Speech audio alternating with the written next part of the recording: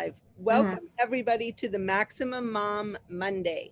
I am so excited today to have who I refer to, though I didn't ask her in advance, the Beyonce of modern law practice. I just think Carolyn has literally been such a trailblazer in for women, for men, for everybody who wanted to start their own practice. And I, in particular, looked to Carolyn for years. I feel like it's been like 20 years Oh now. my We'll God. have to ask her when she started Yes. my shingle. I mean, Has because been a I, long time. okay, yeah, because it feels like it's been close to 20 Mhm. years that I've been following her and just voraciously reading everything she writes. And when I read Solo by Choice, I mean, it revolutionized my thinking of what my life had to look like. And I think so many people, especially when you're working in a large law firm or even a medium law firm, it can be a grind, and sometimes it's just not all that you thought. You go to law school, borrow hundreds of thousands of dollars, and then you find yourself in a job that just doesn't necessarily feel like what you signed up for. And when I read Solo by Choice, I was just blown away. And it has really changed how I think about the law. And I do have to say one other thing. When I think about the more I've gotten into this, like thinking about this podcast and thinking about women who are lawyers and women who are lawyers and entrepreneurs. I mean, we are the very definition of badass. I mean, being able to pull That's right, those sister. three things off, I mean, it's like seriously wild. And I think of it, I'm a good New Orleans girl. I think of everything in terms of a gumbo, and it is like the ultimate in gumbo. I mean, we're putting our crab meat in there. We got our andouille sausage and we got our chicken, and we're throwing it all together and we're making this amazing meal. But I mean, it's messy, like Yes. there's nothing straightforward about it. So, Carolyn, I am just so excited to have you with us today. And I know everyone listening is even probably more excited than I am because they maybe have not read everything you've written for the last 20 years. And so getting to know you is a huge treat for our audience. Um, Tell us about your journey. I mean, how in the world did you become the Beyonce of modern law firms? So I started my own firm. I worked in government first, and then I was at a large firm for about 3 years. I was doing energy work. I wasn't getting a lot of trial work. It just wasn't that interesting. And I guess as a result, because I wasn't interested in it, I probably wasn't doing my best work. And so I was told that I wasn't on the partnership track and I was asked to leave. And I started thinking about what my options were. And I looked at some other firms, and I went on some interviews, and it was just more of the same, talking about these boring rate cases and saving like a penny for each customer on, and it just, so, and I had also applied to some government jobs. Those didn't really go anywhere. So I thought, I had always sort of in the back of my mind wanted to start a firm. And so I thought, now is as good a time as any. And I figured that at the very least, I could get myself more experience. I could get courtroom experience by taking court-appointed criminal cases, and also learn about other practice areas in case I decided to make a switch. And so I went and I started, and what I discovered was that the energy work that I didn't like doing was actually a very valuable asset, because it at least enabled me to do contract work for other attorneys, or to offer my services to smaller clients who were kind of startups in that space, which, I'd never heard about when I was at my own firm.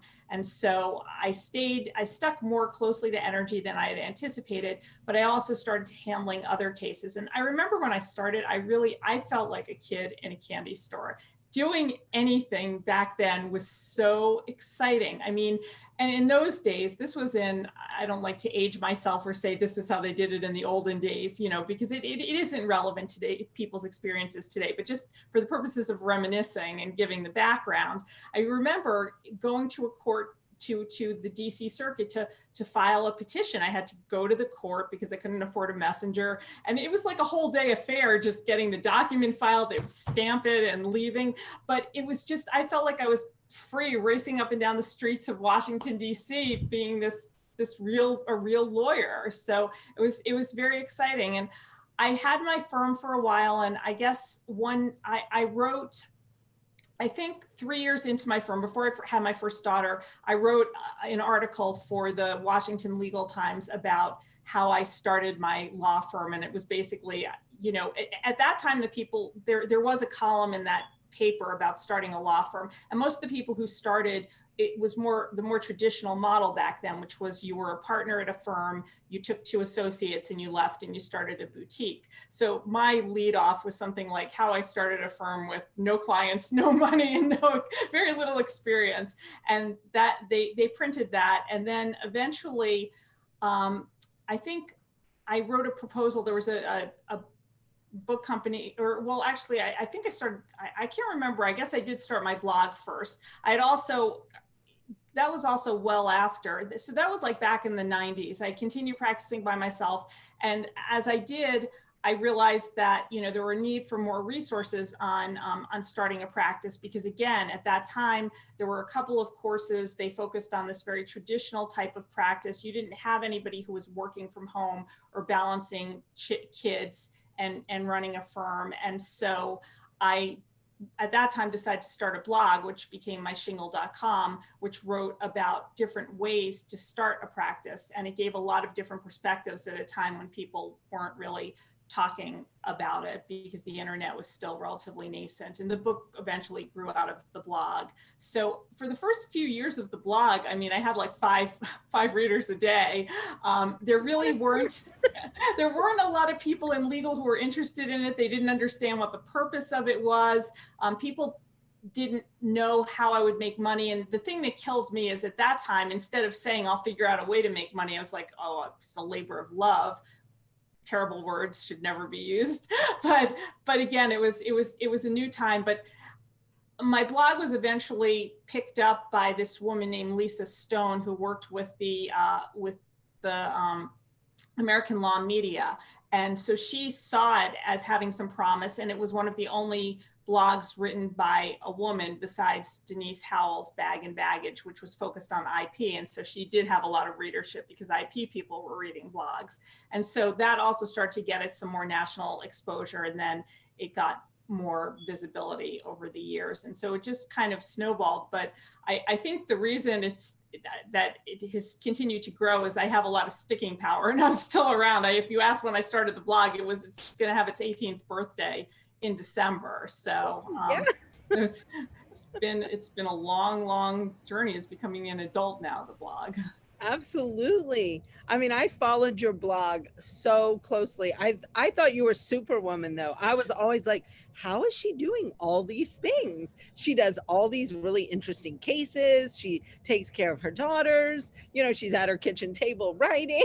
Yes. I was just like marveling at you all the time. And now I think about it, you think of all the people in the pandemic. I mean, people have been thrown into that now. And I only hope they've all read every blog article of My Shingle to get up to. Yes. And I know, I mean, in so many ways, I mean, they do have it worse, because you don't even have the child care, you don't even have the school, right. You don't necessarily have the grandparents who can help you because of the social distancing requirements. So in many ways, and you don't have even the freedom to take your kids out to the park, let them run free in the mall. I remember I would let my daughters run around the park and I would sleep on the bench. So I do feel for parents who are going through this today. I mean, you have a little more connection through social media, but still at the end of the day, you're still you and your kids doing these long marathon sessions, trying to get them to go to school while you're trying to get your work done. So I did have a sense of deja vu. Oh, I bet. I mean, I thought it was when I looked back on our experience moving with Hurricane Katrina, you know, evacuating, homeschooling my kids and living in this new place. And when this pandemic started, I was like, whoa, I feel like I'm back in rural Georgia again, you know, yes. Reliving this kind of interesting world. But I agree. I think it is very hard for moms right now to deal with what they're dealing with. I do think people can gain a lot of insight and resourcefulness from somebody like you who has been through it. I mean, you have watched your children grow from itty bitties all the way I mean, past college now, right? Have they both graduated? I have one more semester on the younger one is graduating in May, may not have probably will not have a graduation ceremony. I don't care. I just glad to be paying the last tuition payments. Absolutely. Girl, Yeah. I'm with you on that. We have one more to go through college. We have 6 children. And so, and the number 5 joined the Marines. So I joke he's my favorite because he saved me all kinds of money. Yes. So But did the youngest just start? no, he's a senior in high Oh school. my He gosh. just got Oh, accepted to his first choice school. So that was very exciting. But it's so weird. He didn't take an SAT, didn't do any of the normal go to college things. And he's little engineer in the making. But he's off to engineering school. His siblings are kind of not happy at him. They're like, seriously, you didn't even take an SAT. You know, you just were they canceled or? Yeah, they waived them. Most schools have waived all standardized tests because you can't take the test during the pandemic. And so every school he was applying to actually waived it, but he only ended up applying to the one school. So, and he just found out he got in, I want to say last week. So he's just like, I'm done. I'm applying nowhere else. I'm good. Yes. Okay, you do not have a normal college experience at all. Well, what can you tell us about? I mean, no doubt, I'm sure, even though I did think you were Superwoman, and I do think you are the Beyonce of modern law practice, you had to have had a few epic fails along the way, either in business, in law, in momming. I mean, do you have any of those that you want to share with us that we can, you know, feel more connected? Because no doubt we all have them. Yeah, so I mean, I had a lot of experimentation. I mean, even from the beginning, my first failure came very soon. I followed the advice in Jay Foonberg's book, which said, you know, have a party in your building and invite all the people in your building. And I went through my building, I invited everybody, and sent emails, not emails, I guess, invitation. I don't even know how I informed people because there really wasn't. I know I was using email, but a lot of people weren't. And contacted a lot of people, and I made all this food by myself in my kitchen. I trucked it down to my office. I had big, huge plates of delicious food, and I don't cook very much. And like 5 people showed up, and one was my husband, one was my sister. I think it was the 2 of them, the guy who did maintenance in the office that I'd worked at before. And so there was just like all this food there. And finally, the people from my office had to come in and eat it. But I did get to know at least 1 or 2 people in that virtual suite that I was sharing, but that was a pretty bad fail. I guess, you know, also, I mean, even something with the blog, I don't consider my shingle a failure, but when I started it, it was so early that I couldn't really see a possibility for, you know, for monetizing it. I mean, it was, I in some ways, I feel like I was very forward looking. I mean, I went on Elance. I have the book. It's about Elance. It's now called Upwork, but it's, you know, I had a logo for it and things like that, but I just couldn't at that time see. And I even made a business plan that, you know, had, I guess, like advertising as a way of funding it. And it's made some revenue over the years. And that's something that I still puzzle with. So I don't consider it a failure, but I don't feel as if it has maybe reached its full potential. I started a trade association, which was another business idea to develop to, you know, the smaller clients that I was targeting didn't have enough money to hire me. So I figured we'll put them in a trade association, get them together. And so that grew for a while. But I was working with other people, and eventually it wound up merging. It became very successful. It had like 55 members. We raised millions of dollars for the ocean energy industry, but we wound up having to merge with another nonprofit because we just could not make it fully sustainable. So, and I know there are many other things there are a lot of things I've done sort of experimentally and either not followed through on or just started so early that I couldn't see a path forward for it.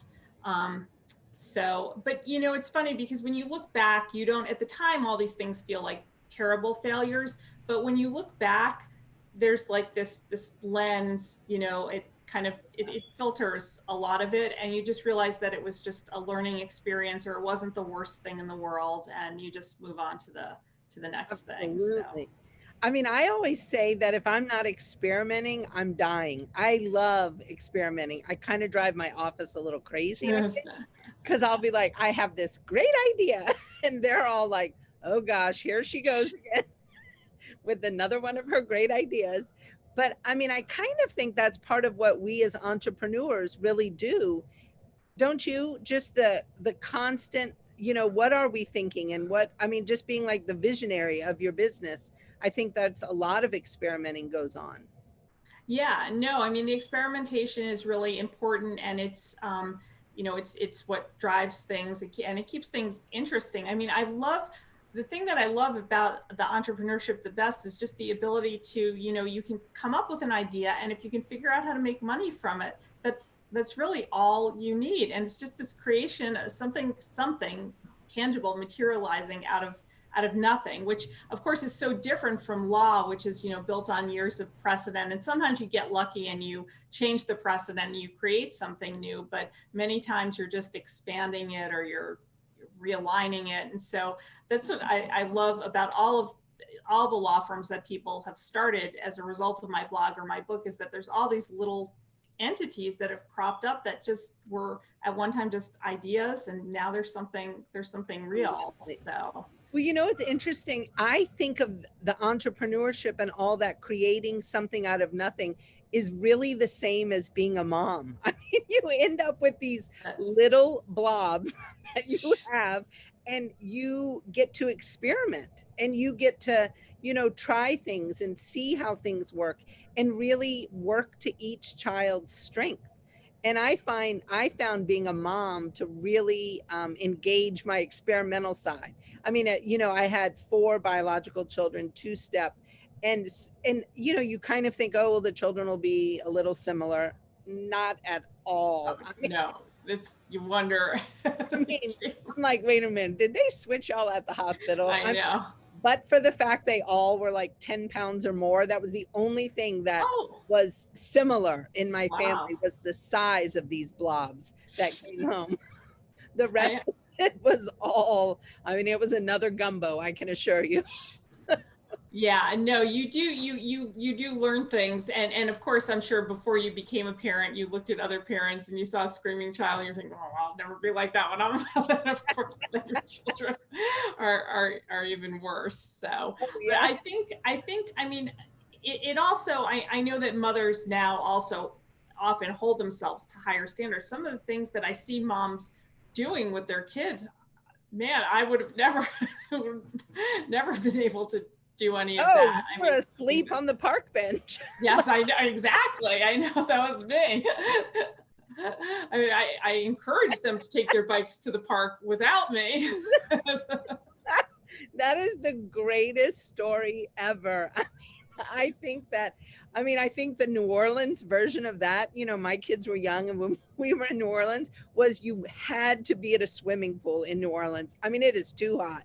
Like, it is not at all civil to be either outside of an air conditioner or outside of a pool. So we went to the pool every single day. I mean, everybody belongs to a country club. It's almost like, they're not even expensive. Like, they practically give away memberships. They don't want, crime in New Orleans. They want people to be happy.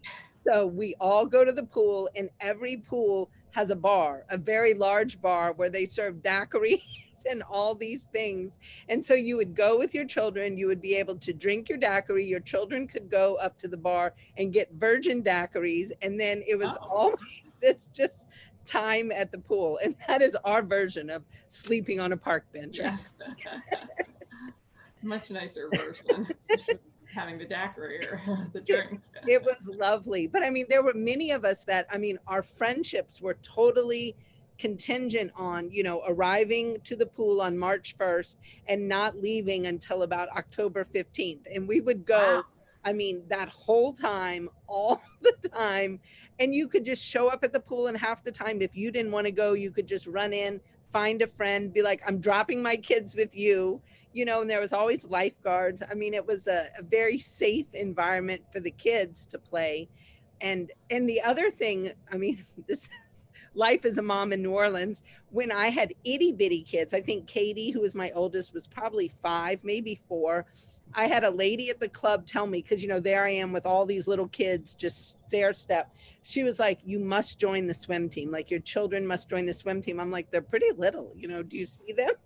And she was like, it is the key to keeping your children out of bars when they're older. She was like, in New Orleans, everyone drinks too young. So if they join the swim team, they have to be at swim lessons at the swim team at 5 a.m. She's like, all swimmers are sober kids in high school. I was like, well, I'm in then, of course.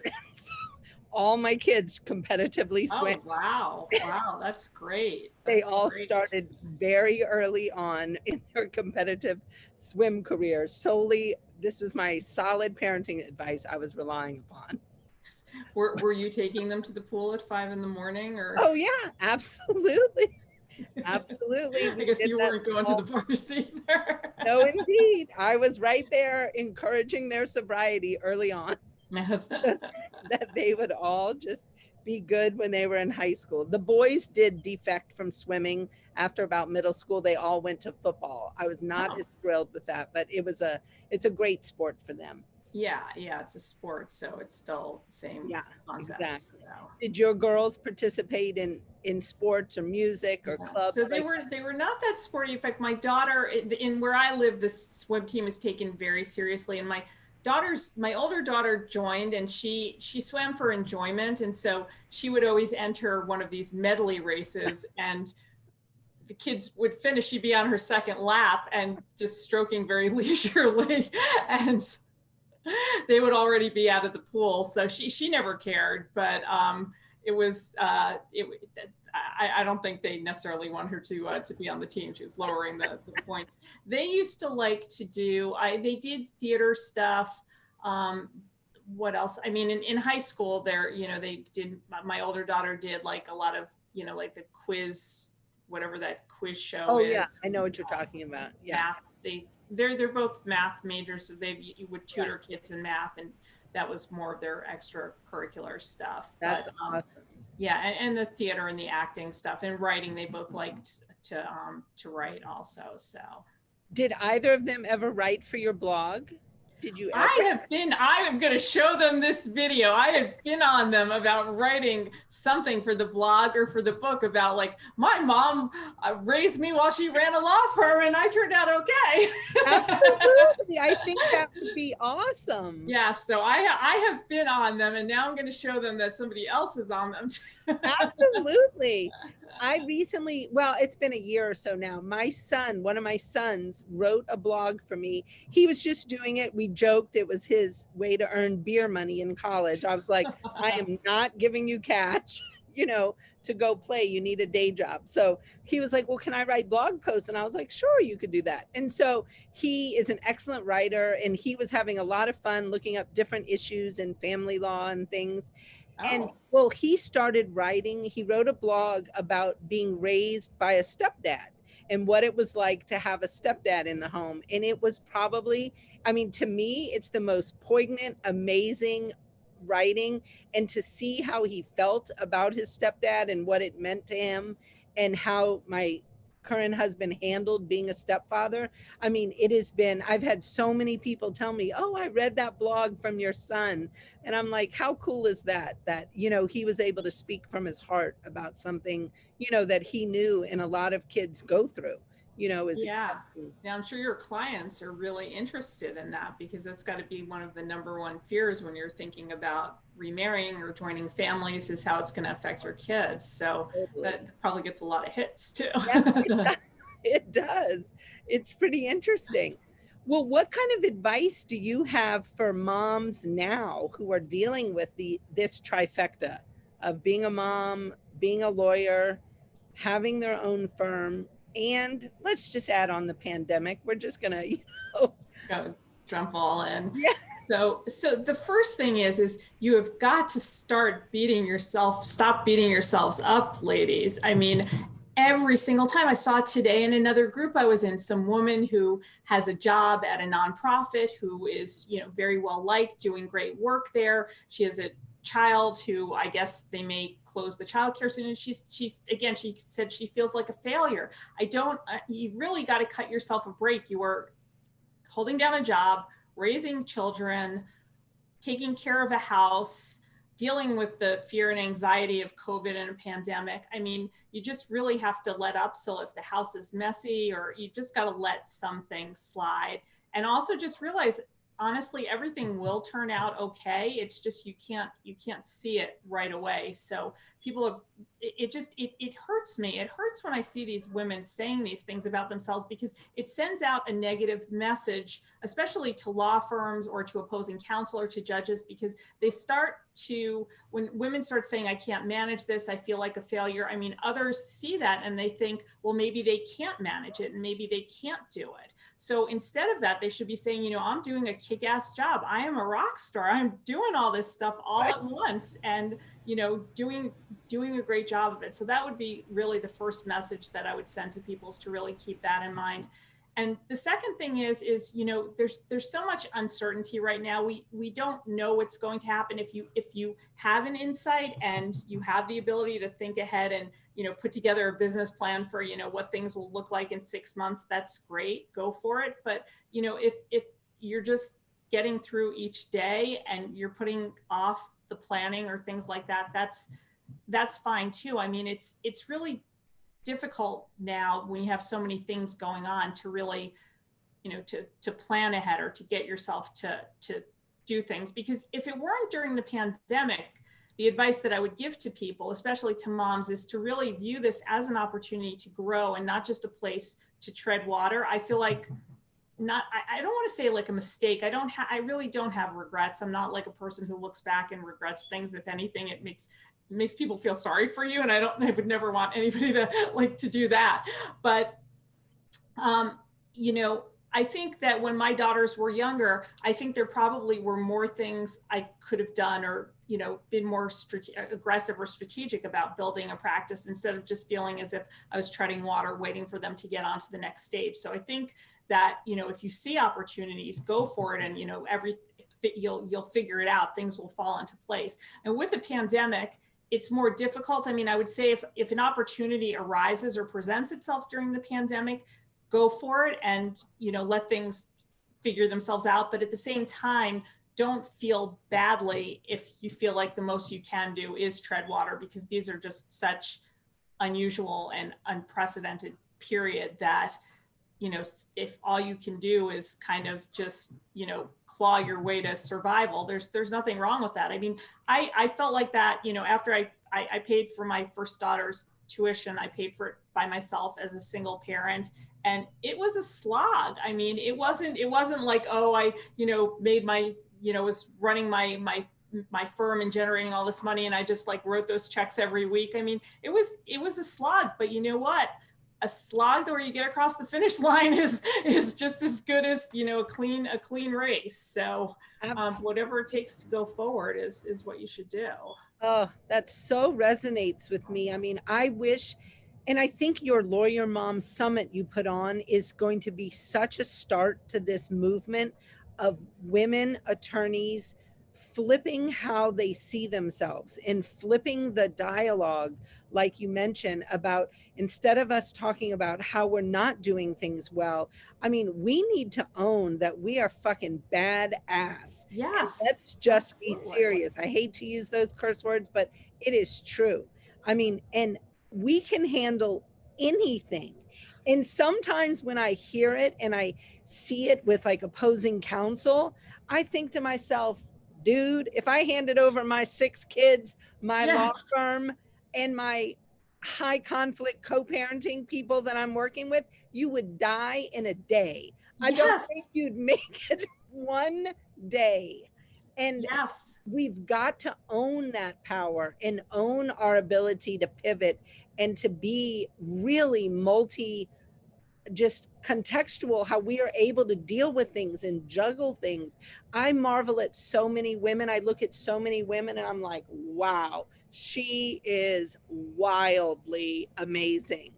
And I have to tell you, I don't feel that way a lot of times about men, but I mean, about a lot of women, I am just like, wow, she's just got it all going on and really doing all the things and authentically, which I just think is so amazing. I mean, and I think your Lawyer Mom Summit really highlighted the possibilities out there.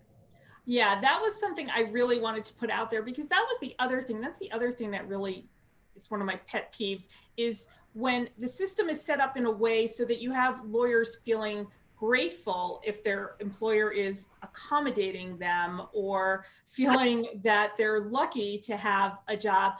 And it's the other way around. And I think that in addition to women feeling like they own it, it's important for all of us to show the world what they're doing and to make other people aware of it. And I feel like a lot of the other conferences and the whole discussion, the whole dialogue around work-life balance in the law is always what you can do to retain women at big law. I mean, that's kind of the end of the story. And even when we have somebody like Kamala Harris in power, who's a woman who didn't necessarily own a law firm, but owned her career. She made very distinct career choices to get her to where she is today that were also unconventional choices. She could have easily, gone to do white collar crime at a big law firm in San Francisco, but she chose this path for a reason. But I think even with somebody like her in power, we still have this discussion. We still think that, until women are partners at big firms, they're not going to have the brass ring or they're not going to have the prestige they need in law. And there's so many women who are doing so many amazing things, and it's just important to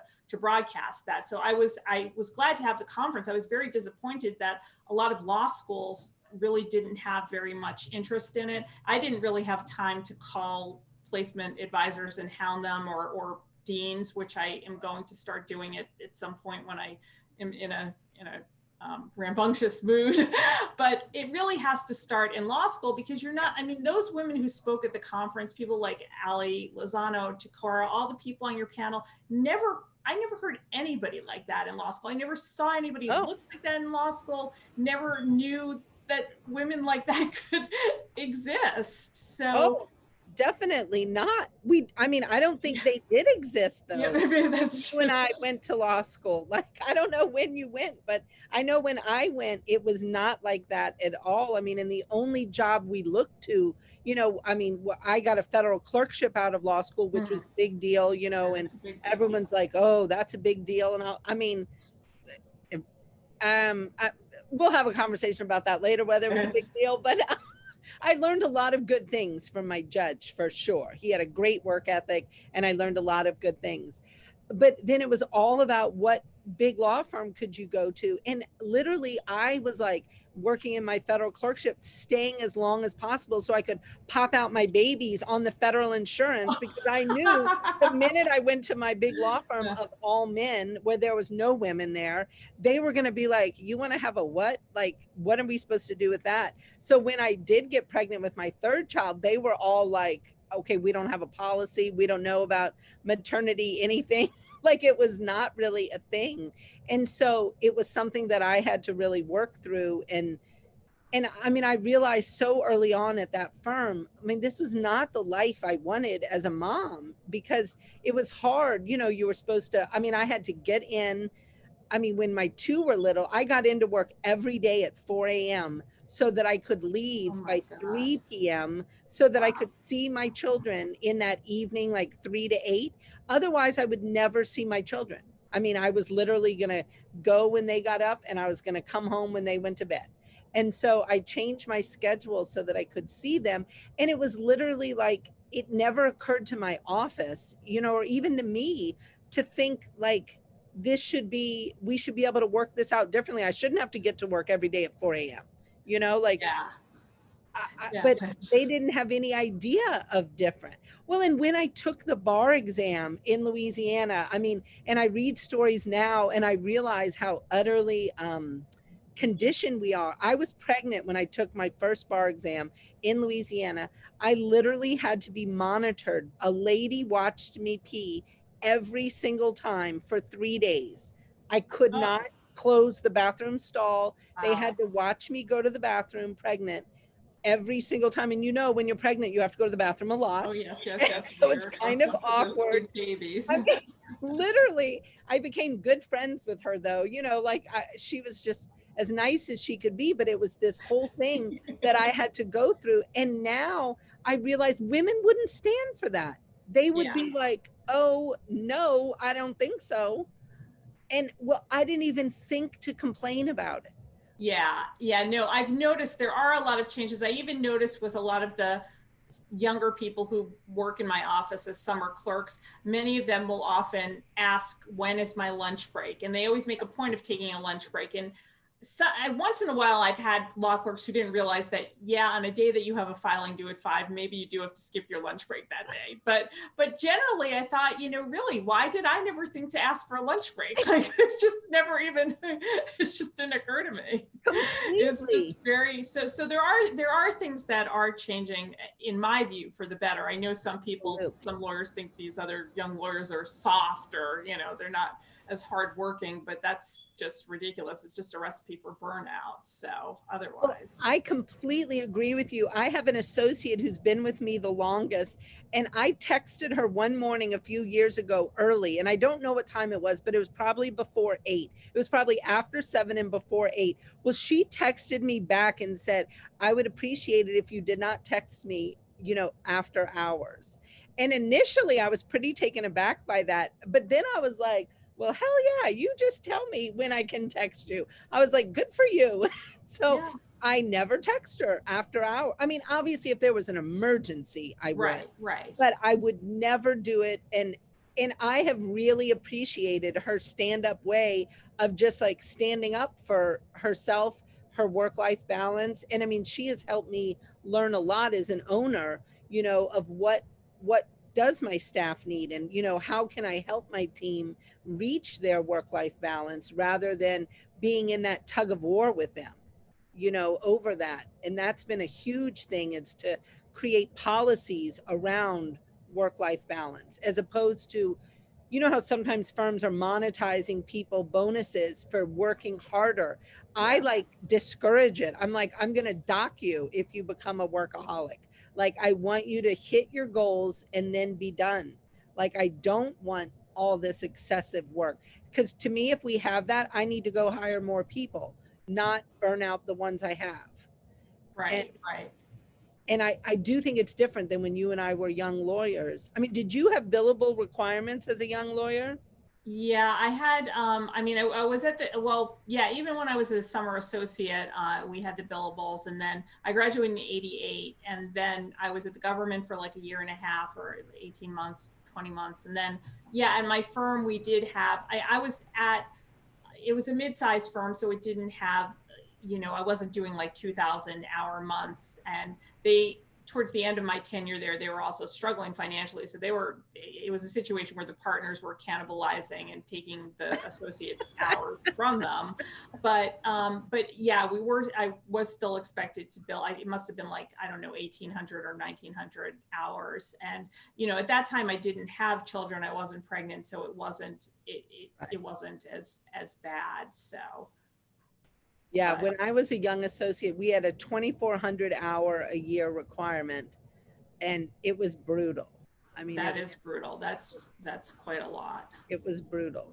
Yeah. And so when I look at our associates now, they're more in like the 1,400 a year, and I'm like, wow, that's a big, big difference in our requirements. But I think we as a society are understanding more about, I hope, the import of women in both the home and in the workforce. And we can't burn them out in either place. I mean, they need to be at their best in both places, ideally. Right. And I think you also, I guess, I think with technology, there are different ways that you can manage people's time schedules and accommodate the way that they work, and figure out ways to sort of piece these schedules together. I mean, I think I mentioned in a blog post, just when I was organizing the Lawyer Mom Owner Summit, I was dealing with incredibly busy people. And even at the last minutes, lots of speakers were having justified cancellations, but you didn't have to shut the whole thing down or dock them or yell at them. You have a backup plan in place, and you would have to assume that, people who've been running firms for a long time would have some sort of backup in place if somebody does have an emergency, and also be able to take advantage of people who prefer to work odd hours. So absolutely, it can be a benefit. I love when I can have a team in my office that covers all 24 hours. Like I can have an attorney, a paralegal, and a legal administrator, and they all want to work different hours. And we've been virtual for 5 years. So, I mean, I pretty much roll with, those things. And it makes me so happy. Like in pre-pandemic, if I was traveling, a lot of times I would be like, oh, well, I know so-and-so is up doing whatever now, even though I was on a different time zone, they were on a different time, but I knew they usually would work late into the night. And it made it where we actually were able to be a lot more efficient, and we got more work done because we often were finding ourselves in that 24-hour period. We used to joke, like one attorney would say, okay, Elise, I'm signing off, so I expect you're signing on soon. I was like, but it works. And when you're virtual and you use technology, I do think you can be more flexible. Yeah, no. And so those are things. It just, when I see lawyers who aren't really looking at different ways to capitalize on that, it's very discouraging, because we are in a field where you have the ability. I mean, you're confined by what your court dates are, by when the court is in session, and by deadlines. If you have a deadline at 5, having somebody working at midnight isn't going to help you. I always like those midnight deadlines, because you actually do have a little extra flexibility. But I guess not everybody really, people get stuck in their ways of doing something one way, and they don't turn it around. That's the other advantage of having children. Your kids are always growing and changing. And so you always have to acclimate yourself to a different stage and to different needs. And so you get used to being accustomed to being nimble. And that's another advantage I think that you have when you're running a firm, is to be able to kind of turn on a dime and be able to incorporate new developments or trends as they arise. I mean, I think, like, if I could give advice to somebody in law school, it is to be nimble. I mean, I think being nimble is a superpower. Yes. Of being able to handle what gets thrown at you. I mean, even just as we're talking about just law, just practicing law. I mean, I was one of those total like oral argument moot court geek types, and did all those like national competitions. And I didn't ever want to write the brief. I mean, I stunk at that. Everyone's like, just make Elise talk, don't let her write. And, but I was like, this is good. We're working to our strengths here. And I found in all those arguments, and I mostly was involved in appellate kind of things, and I found in all those, being nimble was critical, because so many times, a judge would throw a question, and I would often find my opponents kind of like flat-footed, and not thinking about how that plays into it, and really not being able to answer it, and always just wanting to come back to whatever their initial argument was. And I found a lot of times, if you would roll with the judges and their questions and really dig into what they were trying to ask, you could get the court so much more engaged in your argument and still bring it back to what you needed to say, but you've hooked them all, And so I always found being nimble to be critical. And I think we see it in motherhood, being a lawyer, and in being an entrepreneur. Yeah, it's definitely a very important skill. So, yeah. But don't know how you can teach it. I mean, law school doesn't teach you to be nimble. I guess maybe you're answering the questions in class, but I don't know. I never felt that they were teaching us much about nimbleness. Yeah, I agree with that. And I read an article recently that talked about the Socratic method as being not a great method for women in particular to learn from, that women found it aggressive. And so they would often kind of, maybe step back and shy away a little bit from the Socratic method, which I thought was really interesting to read, that somebody had actually studied it. So I wrote a newspaper column when I was in law school. They didn't have blogs then, but if they had, I would have had one. But I think the first article I wrote, I remember describing it as the brutal and inhuman Socratic method. And I said it forces people to think, it leads them through the train of thought that you want them to have. And so it really indoctrinates them in a very narrow form of thinking, teasing out the answer that is the right answer. So I was very critical of it at too early. It did not necessarily serve me well in law school, but that's another story. Well, I'm so glad you joined us today. And it was such an honor to have you on our inaugural Maximum Mom podcast. Because really, I mean, you are the trailblazer of this. I mean, whenever I think of a mom, a lawyer, an entrepreneur, I mean, it is your smiling face that is in my head. And so, I mean, I really, really appreciate you coming on because I think you have so much wisdom in this area. Well, thank you. I'm so glad that you launched this podcast because I can't wait to hear all. You must have a stack of people lined up to interview. So I was very glad to see that. And, you know, I'm glad, I guess, is it part of the Maximum Lawyer family of podcasts? It is. Yes. I had asked Jim and Tyson. It was something during the pandemic I really was noticing, and I've been answering so many questions for people and, you know, who are now virtual and deciding to go, whether they're going back and stuff. And I just asked them if they might be willing to allow me to do this. And they were so enthusiastic and so supportive. And I just think it's a real like need in our community of, and I'm so just so happy to hear you talk about what you did about women and what we're telling ourselves. I mean, I think that just has got to be one of our biggest focuses, is kind of taming our inner, you know what. I won't say that word too. You can't say it on the air. Well, I hope everybody has a wonderful week. And I think of motherhood as quite messy. So I think of our roles as moms, lawyers, and entrepreneurs. I hope everybody has a messy, zealously inspirational week, because I feel like that's kind of what we do in all our roles.